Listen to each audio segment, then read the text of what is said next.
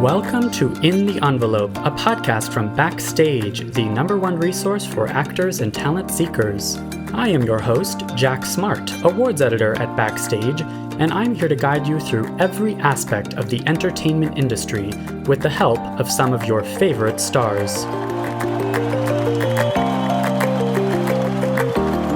These intimate, inspirational conversations with today's most award-worthy film, television, and theater artists provide you, dear listener, advice on how to live the creative life, personal stories of success and failure alike, and maybe, just maybe, a tantalizing glimpse in the envelope.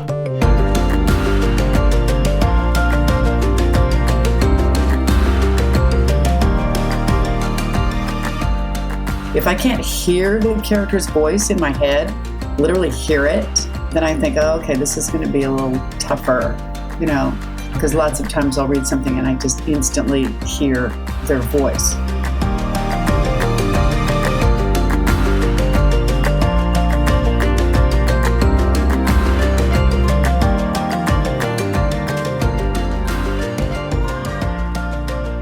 Testing 1, 2, 3. Welcome, listeners, to the first post-Emmys 2020 episode of In the Envelope, the Actors Podcast from Backstage. In case you are not aware, the voice you just heard is that of Jean Smart. No relation. My name is Jack Smart. If you're a first-time listener, hello, my name is Jack Smart. And I've always wanted to say this about Jean Smart. I've always wanted to interview Jean Smart. I've always wanted to ask her, could we possibly be related? I'm pretty sure we're not. Pretty sure that was the takeaway, because after listening back to this interview where we talk about her family background in Scotland and my family background in Scotland, I'm pretty sure it wouldn't be possible that we come from the same Smarts, because my family in Scotland is on my mother's side, so not the Smarts. Anyway, very beside the point, because this is a phenomenal interview. We recorded it a while ago. I've been so excited to release it. We released it just in time for the Emmy nominations, which were announced. For me, it's today. This is being recorded today, Tuesday, July 28th, 2020. Quite the year for the industry and for award shows, but the Emmys are soldiering on with this nomination of this year's Best of the 2019 and 2020 season. Among the nominees is Jean Smart, who was nominated for her work in the supporting actress in a limited series category for Watchmen, which, for those of you who may not know, earned the most nominations of any title this year. The Marvelous Mrs. Maisel topped the nominations for comedy, followed by Ozark, Netflix, which earned the most nominations for drama. The list is fascinating. It's a fascinating kind of look at, I would say, where we are at this point in time in history. I have to wonder how much of quarantine affected what television Academy members saw and wanted to nominate. There were quite a few repeat nominees, as usual with the Emmys, but there were also the comedy race, for example. The best comedy race is half returning nominees and half new ones. There's a lot of really exciting actors nominated, including, I would be remiss if I didn't shout out the many recent podcast guests that have been nominated, which include recent guests Darcy Carden, Laura Linney, Billy Crudup and Mark Duplass, both for The Morning Show, Sarah Snook, amazing, and plenty of older guests too. We've talked to Laverne Cox, we've talked to Ron Cephas Jones, who are both nominated in the guest actor categories. Leslie Odom Jr. and Hank Azaria are nominated for voiceover performance. Tracy Ellis Ross and Anthony Anderson, Betty Gilpin, William Jackson Harper. The list goes on and on. Backstage, if you head over to backstage.com, we have covered a lot of the nominees this year. It is my responsibility every year to kind of compile the list of all of the people who are nominated and where they have content in Backstage, be it old or new. And the list is insane this year. We really did a great job of covering everyone, mostly the actors, but a lot of the people that are now up for Emmys.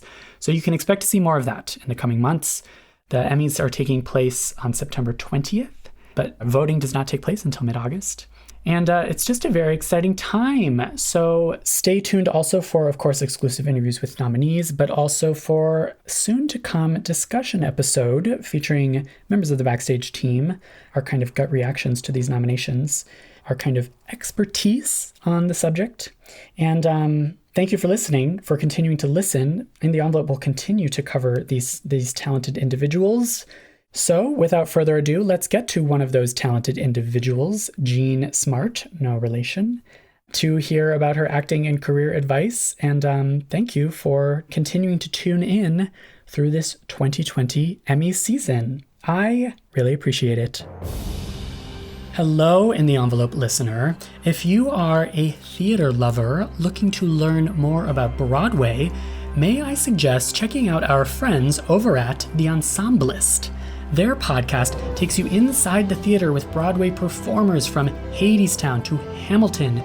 In their candid 20-minute episodes, The Ensemblist takes on diversity, Broadway history, and so much more. Seriously, check it out. It is terrific. Search for The Ensemblist on Spotify and Apple Podcasts.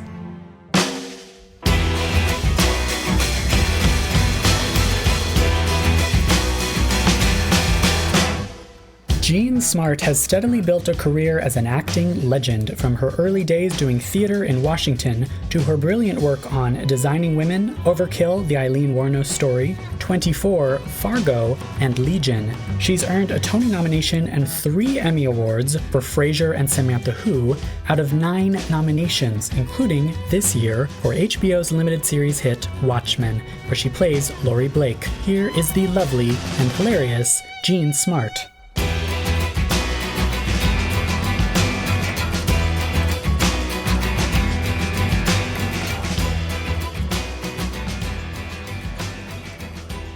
I am so happy to talk to you today on Backstage's In the Envelope podcast, and I have so many questions for you. But first of all, my name is Jack Smart, and you are Jean Smart. Oh, that's right.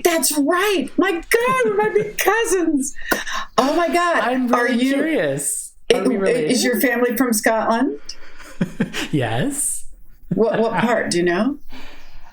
No, I do not. Oh, if my grandfather listens to this, he's going to kill me.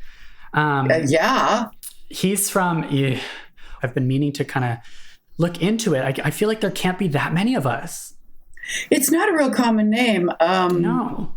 My father was first generation. His oldest sister was born there, and then they moved into the States. Okay. And so I've been there a few times.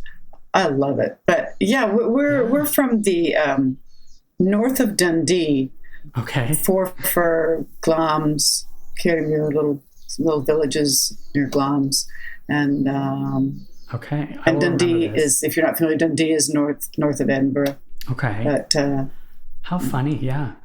I've always said whenever talking about Jean Smart, I've always said no relation, but you never know. There might be Jay Smart, yeah. I met Amy Smart one time. Did you? The actress, Amy Smart, and that's funny. Did you have the same conversation? Well, we did, except that she immediately told me. She said, "Well, my father was adopted, so." So she's okay, interesting. It's a great name. I mean, everyone always assumes it's a fake. It's I've made it up, but yeah, who would make up a name like that? It's like calling yourself, totally. "Hi, my name's Jean Beautiful. Nice to meet you." It's like... Yeah, we're not vain. We didn't choose this. Well, as you can understand, I've been just dying to have you on this podcast. So thank you for joining us. Well, thank you. And you've spoken to Backstage before. Remind me, did you ever use Backstage, like maybe in your early days in New York? Oh, gosh, yes. Okay. Yeah. In fact, the show that probably, really started my entire career. Mm-hmm. I remember I had just moved to New York. I'd been there a few weeks. I was crashing with a friend from college in her apartment on the Upper West Side, and just kind of trying to figure out what to do, not spend all my money. And I remember looking in Backstage, and there was an audition for this play, off Broadway play called Last Summer at Bluefish Cove. And actually it was a different play, but that's a long story. But anyway, and it had a lot of women's parts in it. And I thought, well, Well, that sounds like a good thing to audition for. And plus, I based it on if I could find it. I went, oh, I think that's near here. I'll go to that one. I think I can find that one. It was in a girl's apartment. I went, oh, yeah, I think that's not too far from here. I'll try that one. Yeah. And that was I got my first Broadway show out of it. I got my agent out of it. It was amazing. Yeah. So thank you, Backstage. See, I had no idea. That's so excellent. I didn't realize. So you were one of those, you moved from your town to New York without a solid job in place. Like you just you moved there. Oh, yeah. Amazing. Yeah. And before that, so it was all, you were born in Seattle. Was acting always the dream? Not until I was in high school. Not until I was a senior in high school. I had fortunately a really good drama teacher in high school, but not till my senior year. And he sort of treated us like, he was kind of hard on us, but he treated us like a little acting troupe. But I was also a cheerleader, which he just hated. He just thought that was appalling. But I mean, and I knew that they had. I was also fortunate because I lived in Seattle, and the University of Washington had a really, really, really good BFA program, and I knew that. So I went to school there, and then I got into that program. You had to have had 2 years of college to get into the programs, and so that's what I did. So I was there for 5 years. And then there was a lot of professional theater in Seattle. So I just, as soon as I got out of school, I started working. Yeah. A lot of regional theater, including, is it true you were still doing regional after you moved to New York, right? Well, sure. Oh, everybody in New York did regional theater. Yeah. You just live in New York and just fly all over hell and gone.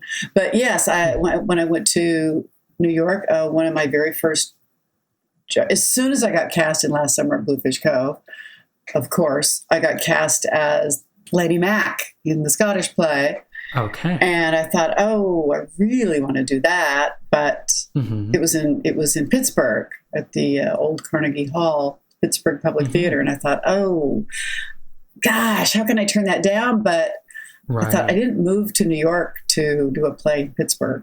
So I talked to the director, and it was such a, you can only do this when you're, in your late 20s.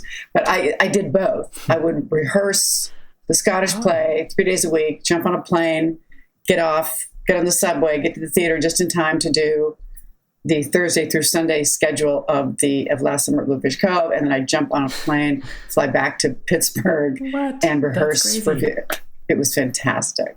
It was fantastic. And it was flying. Yeah. You weren't taking a train. You were getting there ASAP. Yeah. That's amazing. It reminds me of, didn't Cynthia Nixon star in 2 Broadway shows at the same time and ran back and forth between the theaters? I think she may have. I love that.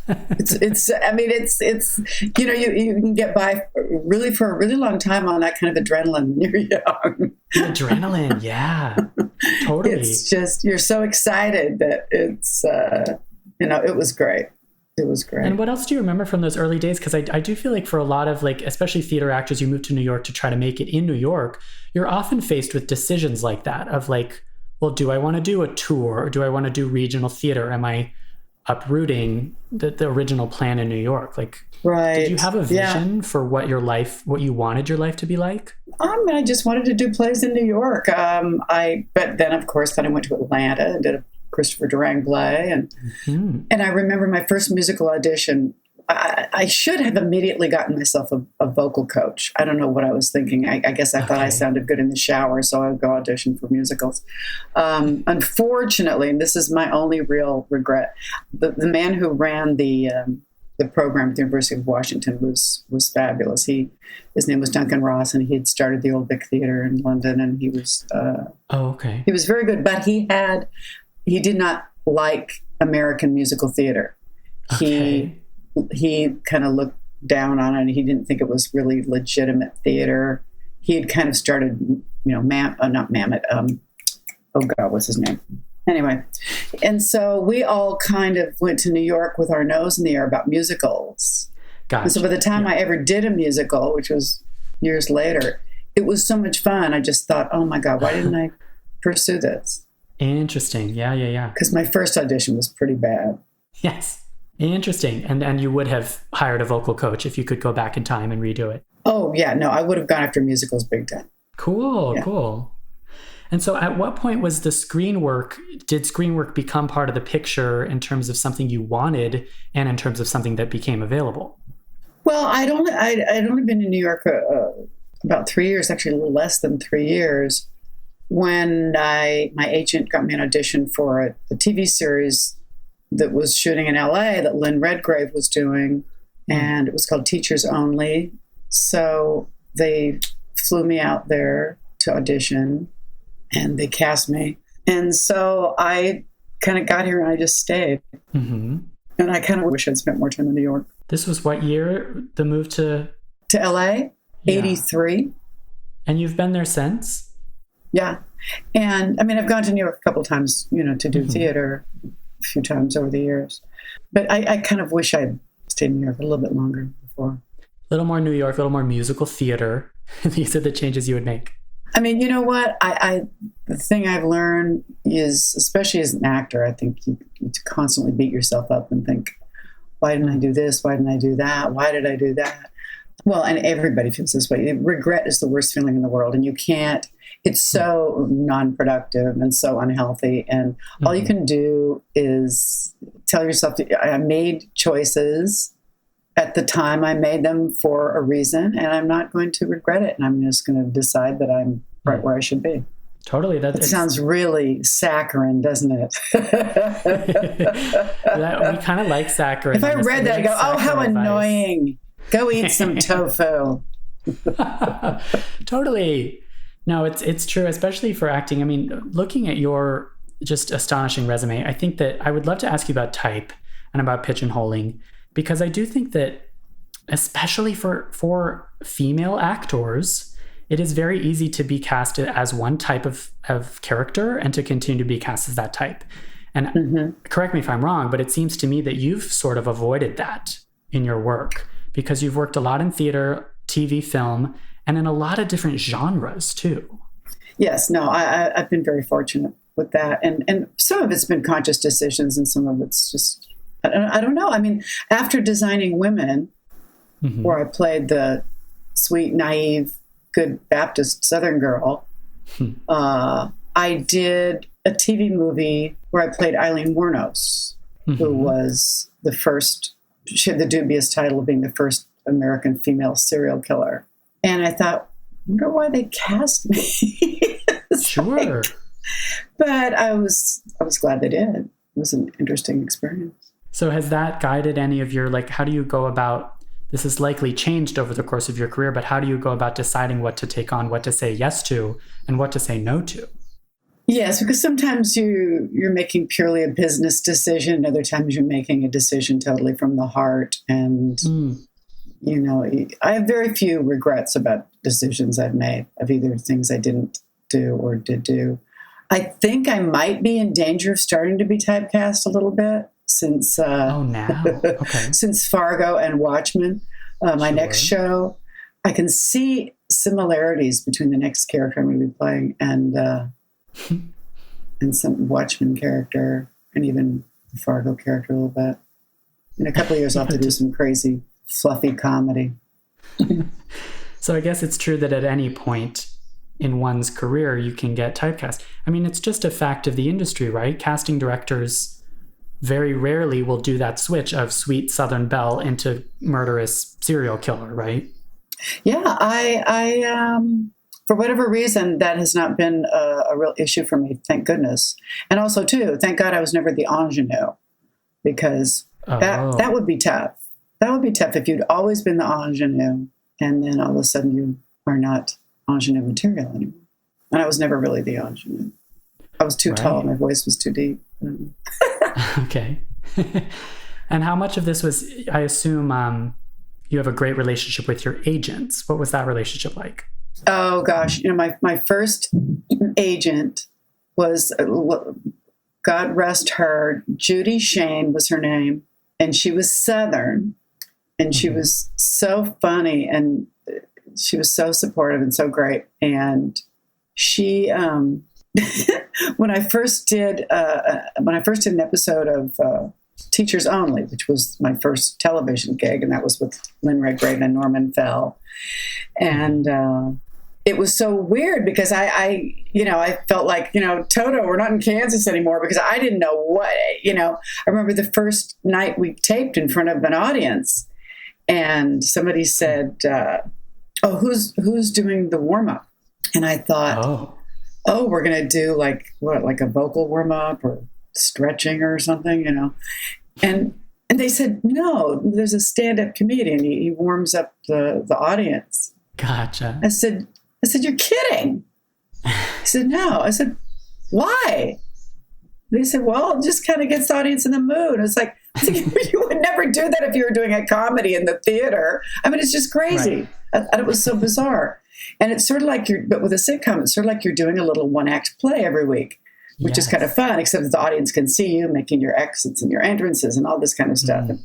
And then someone said, okay, everybody line up for intros. And I said, what's that? And they said, well, they're gonna introduce the cast, and you're gonna go out one by one and for the audience. I said, before the show? I thought it was just the audit. It was like introducing a basketball team, and it's run out, everybody claps. I thought it was just wild. And so I called Judy, my agent, the next day, and I was telling her all this stuff, and she said, she goes, you poor baby, you really don't know your ass from apple butter, do you?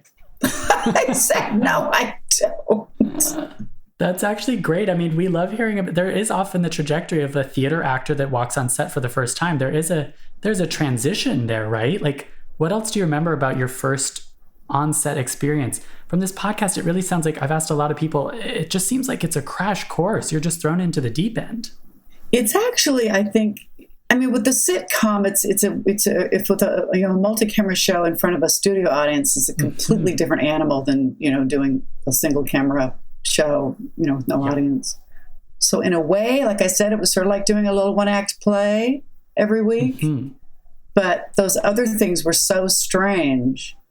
And now I find it difficult. I just recently not real recently, a while ago, I did an episode of, I don't remember what it was, an episode of a show, a multi-camera show. And I found, because I usually loved having the audience, but I found that it was kind of jarring after not having that for so long. Gotcha. And also too, I think television studio audiences, they're kind of, they think that there are certain expectations on them. Like, for instance, if somebody says something kind of emotional or heartfelt or something, the whole audience goes, oh, you're thinking, oh, don't do that. Why are you doing that? Or if somebody kisses somebody, they go, oh, you're thinking, oh, this is not good. This is weird. Okay. Totally. I feel like you're on a game show or something. But it's not the audience's fault. They're encouraged to do all that stuff, It is. I love this idea that maybe a multicam sitcom is a stepping stone to screen work for a theater actor. Well, yeah, because screen, single camera work, it's obviously much working in a smaller way. You're not having to reach any kind of course, you're mic'd on a multi-camera show. You don't really have to project, but it's an interesting animal.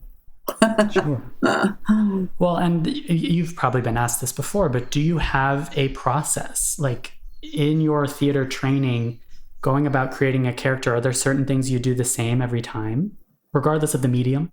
I would like to say yes and make myself sound really professional.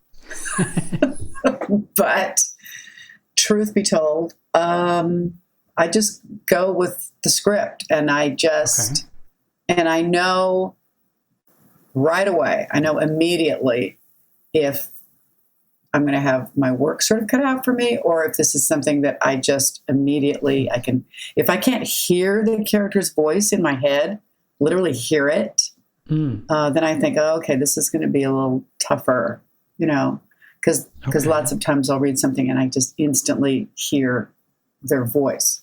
You kind of hear their voice or their voice, like their voice as your voice? Like, for instance, when I did Floyd in Fargo, I actually auditioned for that, and I just knew instantly when I read this speech they sent me to do, I knew instantly I could hear her voice with her slight accent, and I knew who this woman was. I just knew who she was, and I knew exactly what I wanted to do with her. I knew exactly what I wanted to do. I came up with this whole backstory of why she was named Floyd. And I never asked the writer until we were done why he named her Floyd. Until you were done. Very cool. Yeah. Do you often do that with the whole backstory? Sometimes. When I was doing 24, and I was playing the First Lady, Gregory Itzin, fabulous actor who was playing the president, my husband, he and I had actually done a play together a million years before that. So it was really, really fun to be back with him.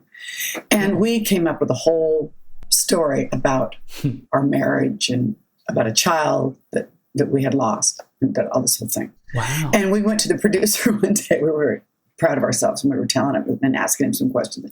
And he was just kind of like, oh, that's nice. Okay. It was like, okay, go do your little actory thing. That was really interesting. Okay.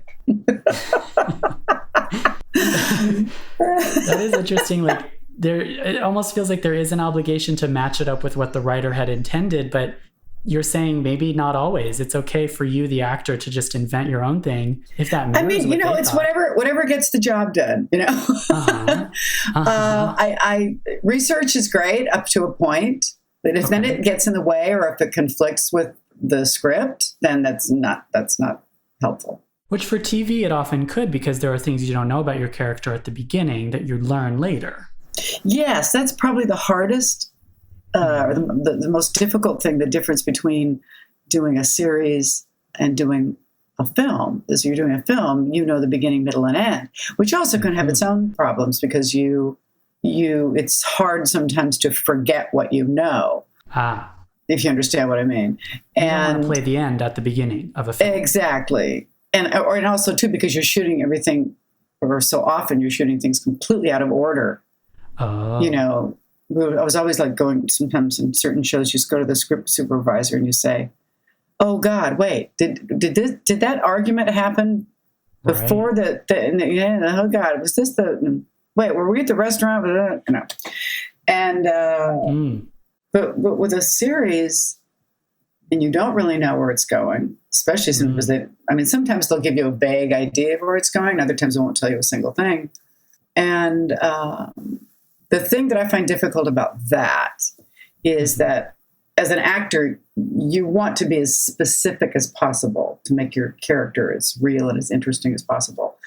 But you're also afraid to marry yourself to something that you might regret, or it might not really work for you. And you think, oh my God, I've already established that. I can't change that now. So that's the scary part of not knowing where it's going. Totally. But there's advantages too, because then you play it more like real life because you don't know what's coming. You can be more in the moment. Okay. Yeah, exactly. Okay, interesting. Does all of this also apply to auditions? Like, do you do that same amount of prep? Do you make a whole backstory? Does it depend? Usually you don't have time to do a lot of that kind of thing. No, I try to just go with my first instinct. I trust my first instincts. I just go whole hog with that. Can I ask, maybe this goes back to what you were saying about the material and how sometimes you have your work cut out for you, but what do you tend to do when you're stuck, or when you encounter a scene or a dialogue or something that isn't quite working? Are there tricks that you pull out in order to kind of get over that hurdle? Well, if it was really something that was hanging me up, I would talk to the writer and the director. Okay. I know that sometimes I have to force myself to not rely on what's comfortable for me. And if I get to some dialogue and I just think that just doesn't sound right. That doesn't seem, and I have to stop and question myself and say, well, is it not comfortable for you? Or is it not, or natural, or is it not natural for that character? Can you find some way, especially if the writer's adamant about it, you have to find, is there some way I can justify that this is right for the character? Mm-hmm. Which is why, you want to work with good writers and good directors, because then you can say, okay, I don't quite get that, but I trust them. So I'm going to go for it, Right. Okay. That's so interesting. It's like asking yourself, is this challenging for me in a good way? Or is it challenging to the point that I got to pull out some tricks and have some conversations? Yeah, exactly. And what of all your roles, like, which have really challenged you? Which do you think have pushed you as an actor and added skills to your skill set? Let's see. Well, I guess I think of the ones that were very satisfying. Fargo was definitely a high point,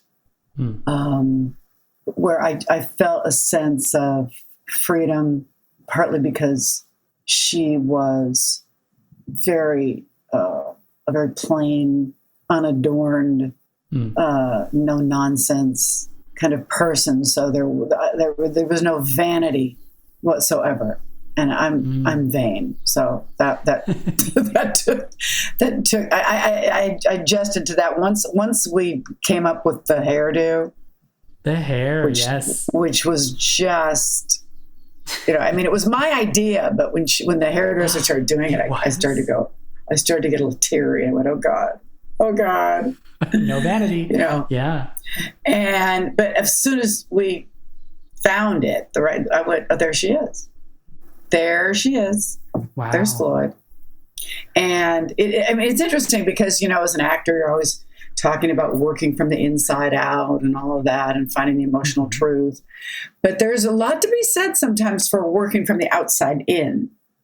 Like, for instance, I suppose if you were playing Richard III and you were trying to find a physicalization of that man who they say supposedly was hunchbacked and lame, if you moved like that during rehearsals, that would inform your thoughts and feelings. It really would. Yes. It's the same way certain kinds of costumes completely take you to another part of yourself that you don't normally tap into, especially if it's a period piece or something to rehearse sometimes in costume or a facsimile of your costume. But so there's something to be said about wearing certain kinds of clothes and looking in the mirror and seeing you literally don't look the same, and I give great credit to the wardrobe and hair and makeup people on Fargo in particular, because they were extremely involved and extremely dedicated, and so we just worked like a really good team to come up with that look. So it's safe to say it's not that you're outside in entirely, but it's a combination of inside out and outside in. Exactly. I mean, it can be very illuminating sometimes, just putting on a certain costume or have a certain. I mean, I'm kind of going through that right now with this miniseries that I've been working on with Kate Winslet, which I hope someday we can finish. I was going to say, is it interrupted? Yeah. We're about 85% done. Oh, okay. But it's similar. It's a similar experience because I've got really bad hairdo and no makeup and a lot of polyester and sweater vests and a real working class South Philly accent. The accent is part of the outside in for sure. Exactly. Yeah. Yeah. Exactly. Exactly. And same with Fargo. Yeah.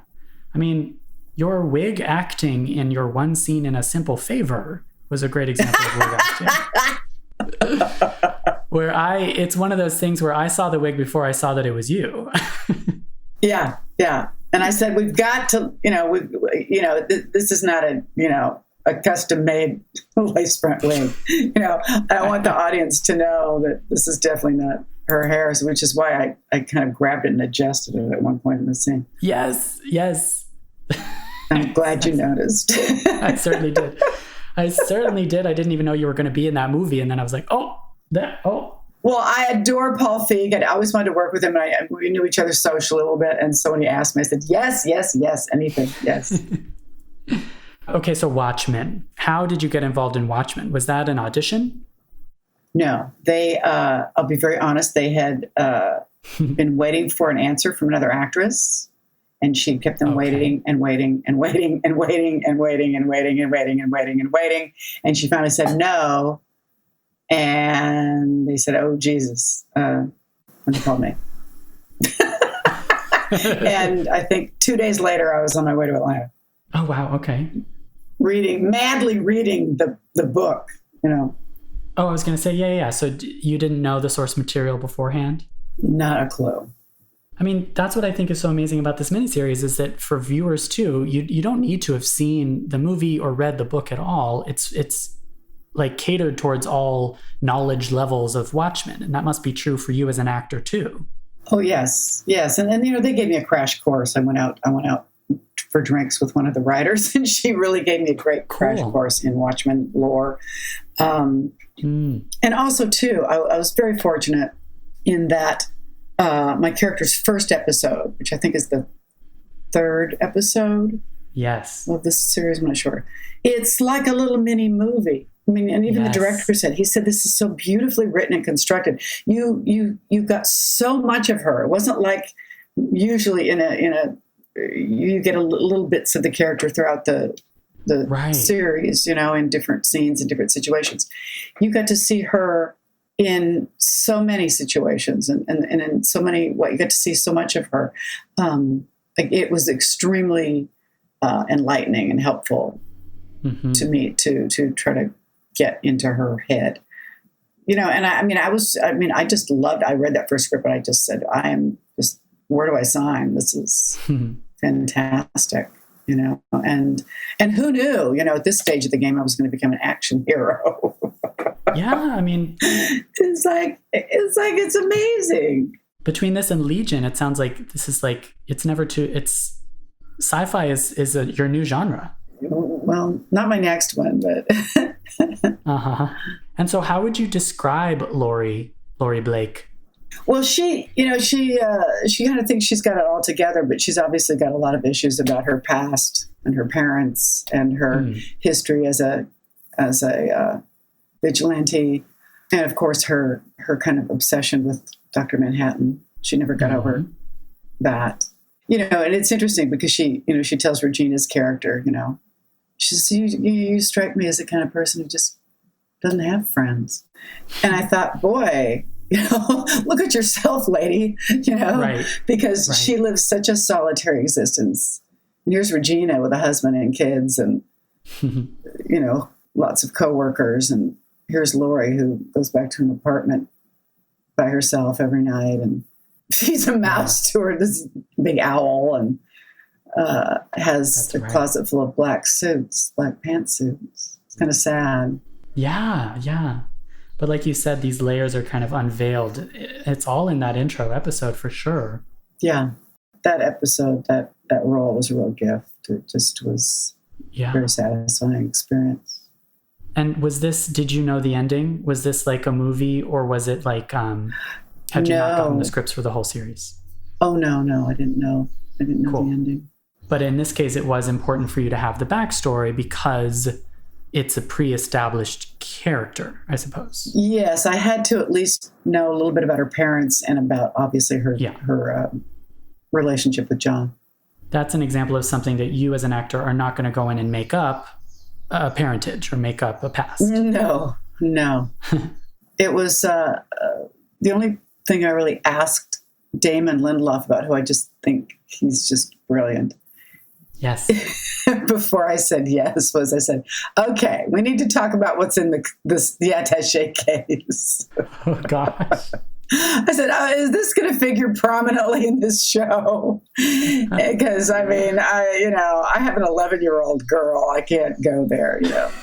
And he said, no, don't worry. Nothing to worry about. Just one scene. But definitely probably one of the buzziest scenes from the whole series. Yeah. That's really funny that was maybe not a consideration, but it gave you pause. This, what should we... well, depending on what he had in mind, I would have maybe had to say no, you know. Oh, God. Not that my daughter watches me on TV. She doesn't. I'm kind of lucky, actually. My son's 30, my daughter's 11. Yes. Didn't mean for it to be quite that way, but that's how it worked out. And, you know, he's too old to get traumatized by anything his mother does. And she's too young to care about even what I'm doing, you know. So she thinks it's kind of cool, but she doesn't watch anything I do. And she doesn't really like watching me on things. I think it makes her feel kind of weird, you know. She just wants me to be mom. So. I mean, just to give some context for listeners who maybe have not seen Watchmen, it is a spoiler alert, but we are referring to A giant An adult blue dildo? toy. Okay. Oh, there you go. Okay, you said it. I don't know how explicit to get, but for those who maybe are just tuning in because they haven't seen Watchmen and they just like Jean Smart, they're going to be very confused. So maybe I'll have to edit out me saying the words giant blue dildo, but there we it was not a porno show, folks. No. That's too funny. Gosh, what a weird show. Yeah. That was actually that was the idea of one of the female writers. And she kind of proposed it as a joke in the writer's room. Oh. And Damon went, okay. And she was like, oh, really? Okay. And so when the show was all done, he presented it to her as a gift. Oh, how funny. Yeah. Okay, well, Jean, thank you. This is so great. This is primo. You're welcome. Thank you for asking. Backstage advice. Yeah. Can I ask you some silly, not quite rapid fire, but backstagey questions? Okay. Do you remember, how did you get your SAG card?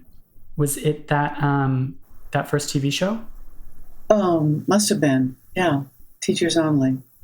Teachers only. Right. Yeah. Okay. What about equity? Oh, yes. I remember that. Okay. I was playing Mrs. Cratchit in Christmas Carol in Seattle. Oh. Yeah. Or Mrs. Cat as the cast called me. You know how we always come up with horrible names for each other. Mrs. Cratchit. Oh, Mrs. Cat. Oh. Okay. Great.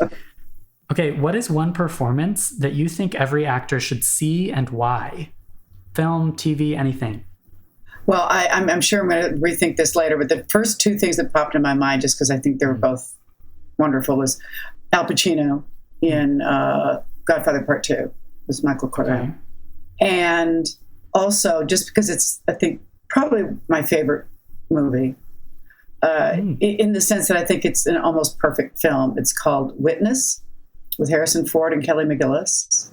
Oh, okay. And everybody in it is brilliant, and it is so brilliantly shot, and it's got everything you want in a movie. It's got to die for love story. It's got scary bad guys.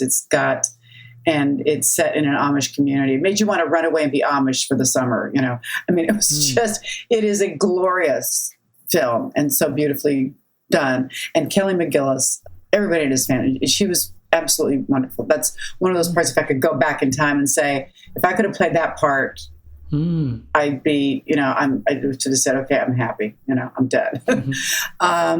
But there's a scene in there when people ask about nudity and things like that in films, which 99% of the time is absolutely unnecessary. And it's just for titillation. And I believe that it always pulls an audience out of the film. I always think that's a mistake because it makes people instantly a little bit uncomfortable, even if they don't think they are. But there's a scene in there where she's naked from the waist up and she's giving herself a sponge bath. And she looks like a Vermeer painting. and Harrison Ford, who is falling in love with her, she's a young widow. He's falling in love with her. And he accidentally walks past the doorway. And he immediately looks away. And she sort of freezes for a moment. And then she just turns and faces him and puts her arms down. And he... Every time I think about it, I mean, the look on his face, he looked like he was in pain. And she was... It was just this totally quiet, silent moment. And it was so perfect. It was so necessary, and it was so perfect, and it was so gorgeous. That is beautiful. Anyway, that's my little speech. How do we get into nudity in films? I'm sorry. Yeah. After the adult toy discussion, no, that's beautiful. Yeah, I was trying to make up for that. It's your fault. Right. I really enjoy asking that question. I think it's really magical to hear from one actor about why another scene is speaking to them. So that was beautiful. Thank you. Do you have like a worst audition horror story? God, who doesn't? Two spring to mind. One was I was in New York. I was new, wanted to make some money, and I was auditioned for a commercial. It's the last time I ever auditioned for a commercial. And I literally had to be the hind end of a horse costume. No way. Yes, I did. Oh my gosh. And I said, Jean, what are you doing? This is after 5 years of classical theater training. Yes. I'm going, no, I can't do this. Did you bail? Well, I didn't get the job. Although the guy told me, he said, you have one of the, and I think it was because I was just gritting my teeth. He goes, you have one of the best deadpan looks I've ever seen. Thank you. Well, the other one that leaps to mind, because it was very destructive in a sense, and I was kicking myself, was it was for a Coen Brothers movie. They wanted to see me for this part in one of their movies. I don't remember the name of the movie. I should, but I don't. And my agent, who I adore and is very classy guy, and he never tries to push me in anything I don't want to do or talk me out of anything I want to do. He's very respectful of that. But he did kind of pressure me and say, because it was kind of exciting. Oh, the Coen Brothers want to meet you. It's like, This was years ago, way before Fargo. And and he wanted me to go in like that the next morning or that afternoon or something. It was just crazy. And I said, I'm not ready. I can't. I can just tell. I'm not there in my head. I just can't. And he said, this could go away over the weekend. I'm just telling you, it really could. They could cast somebody over the weekend. And because I wanted to wait till Monday.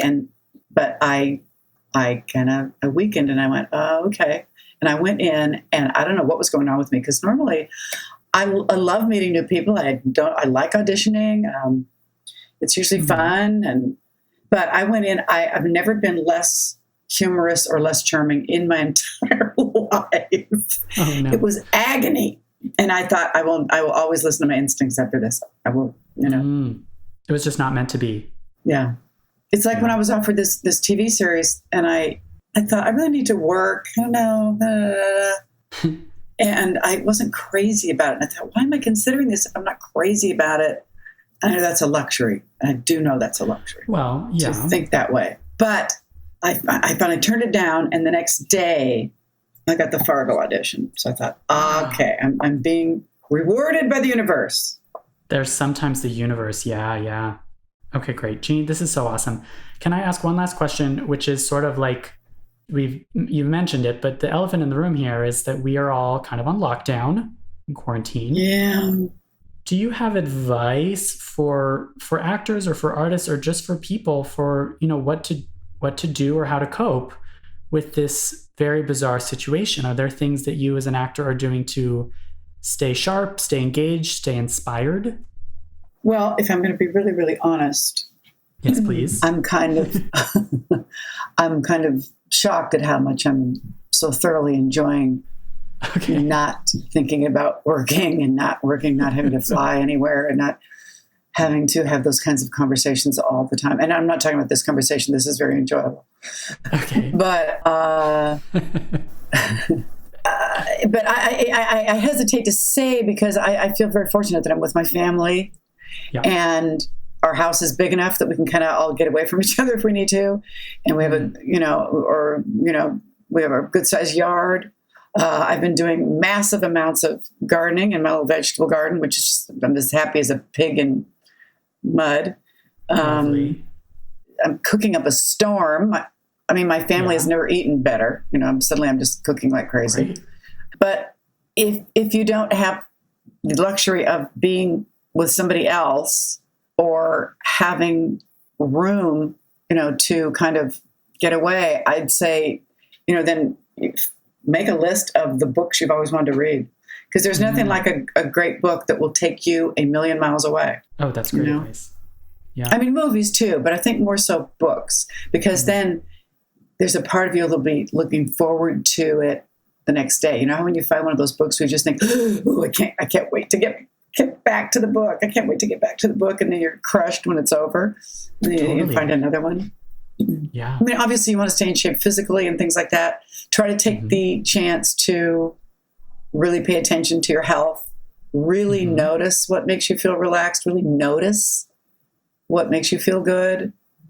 I mean, I'm noticing a lot of things, about myself and my home, just my physical surroundings. I'm thinking, oh, I've always taken that for granted.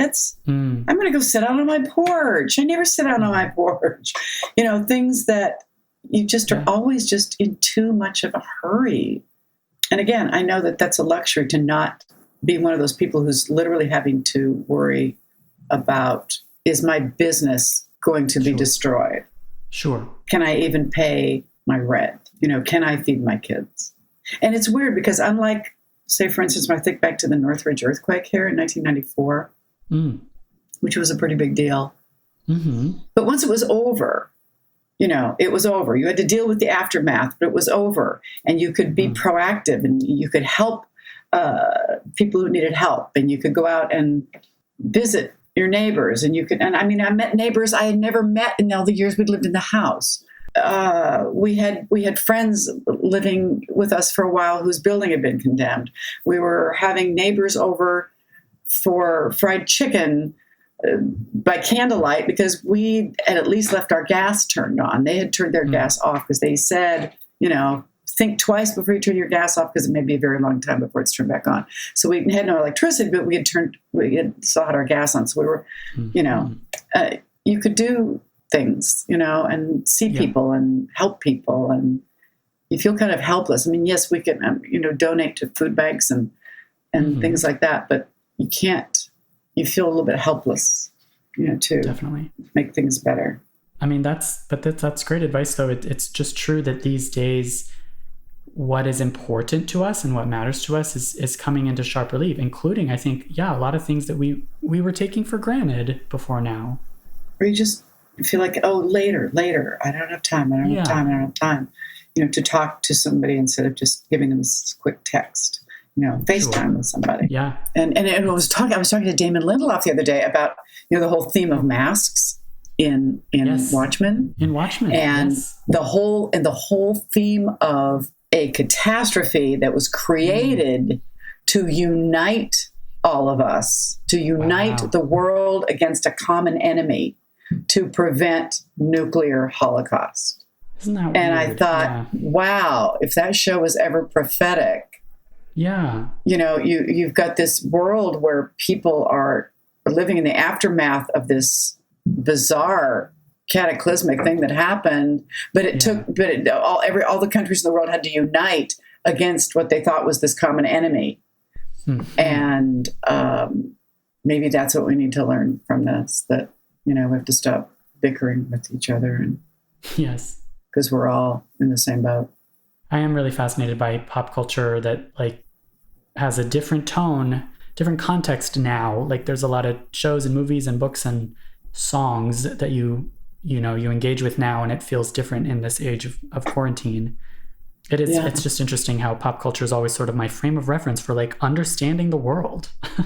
Yeah, but I still want someone to do a version of Tangerine, that old song. We call it Quarantine. But I hear you when you're saying the thing about noticing what helps you relax really is, I think, really good advice. I mean, I'm personally going to kind of use that because that's really tricky right now. I think there's a lot of ambient anxiety right now. There, and it's the not knowing how long it's going to last. I think if someone could give us a cold, hard date and say, on this date, everything's going to be okay and everything's going to go back to normal, I think we could put up with anything. It's the not knowing. I compare it to people who run marathons. I've never done anything like that, but I understand that they learn how to pace themselves. At mile 4, I'm going to adjust my pace. At mile 6, I'm going to adjust my breathing. At mile 12, I'm going to start doing this and they've got it all. And because they know exactly when it's going to end. Right. Even though they know it's going to be long and really hard, they know exactly when it's going to end. So they get mentally and physically, they have it all figured out. But if someone had just said to them, okay, I'm going to fire this gun and say, go, and I'll just start running, and I'll tell you when to stop. Oh gosh. You would get fatigued and stressed out so much faster than if you were running an actual marathon. That's such a great, I had not thought of it that way, and it's very true. It's a marathon without an end. Yes. But it will end. That's the thing people need to remember. It will end. It will get back to normal, some kind of normalcy. It will. This too shall pass. There will be a vaccine. There will be treatments. We just have to hang in there. Yeah. Because people are starting to flip out a little bit. It's a little too soon to start flipping out, folks. A little too soon. Well, this was such a brilliant way to end a really lovely conversation. Jean, thank you so much for joining us. Well, thank you, Jack. Now you have to look into the family tree a little bit. Let me see what you found. I will. Yes, I will. And if you do 23andMe, it will show us if we're cousins. That's crazy. Wow. Okay, that's crazy. Well, now I want to do it. It sounds really fun. So it is. Well, thank you for all this wonderful advice. This is just lovely. Oh, you're welcome. Thank you. Thank you.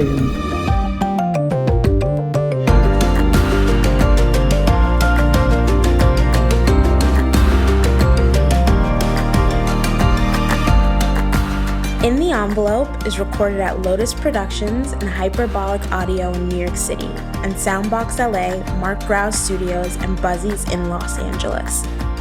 Thanks as always to our producer extraordinaire, Jamie Muffett, and to the team at Backstage, Samantha Sherlock, Mark Stinson, Caitlin Watkins, and of course, Casey Howe. Visit Backstage.com, and don't forget, you can subscribe to Backstage by using the code ENVELOPE at checkout for a free trial. That's right, 100% free. For more exclusive content, join us on Facebook and Twitter at In the Envelope, and subscribe, share, and leave a comment. Who would you like us to interview next? Thanks for tuning in. We'll see you next time for another glimpse in the envelope.